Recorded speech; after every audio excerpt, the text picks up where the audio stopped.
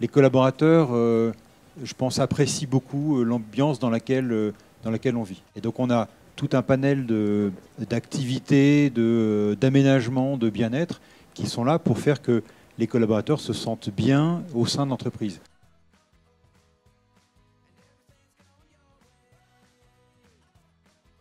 On a construit un bâtiment dans lequel il y a un toboggan, par exemple. Il y a un toboggan qui fait une dizaine de mètres de hauteur. Alors c'est un critère de recrutement pour nos collaborateurs, hein, mais ils doivent l'essayer.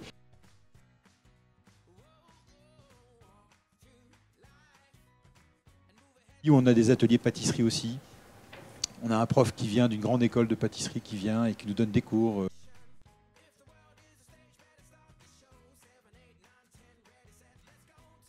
Ça fait 2-3 ans qu'on fait beaucoup d'activités dans le domaine social et sociétal pour faire que nos collaborateurs ne pensent pas simplement à leur monde à eux, à leur métro boulot dodo, mais arrivent à sortir de ce contexte et à se dire dans quelle mesure je peux arriver à aider une association.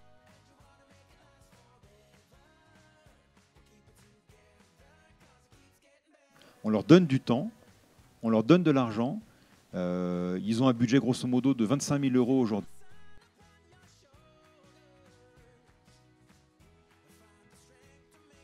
Make-A-Wish qui exauce des vœux pour des enfants malades ou qui sont souvent en stade terminal, qui sont dans un hôpital, eh bien, ça fait 10 ans qu'on les héberge.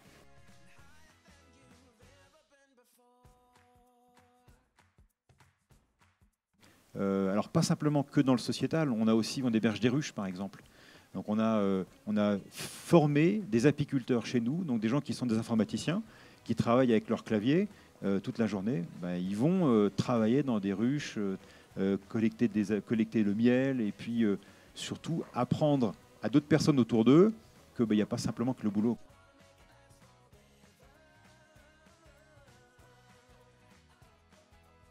On fait une enquête de satisfaction, par exemple, chaque année.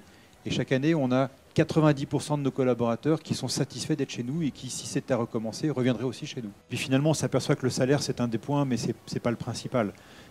Et ce qu'on fait nous permet à la fois de satisfaire nos collaborateurs, mais aussi de donner un peu un exemple de ce qu'on devrait pouvoir trouver partout.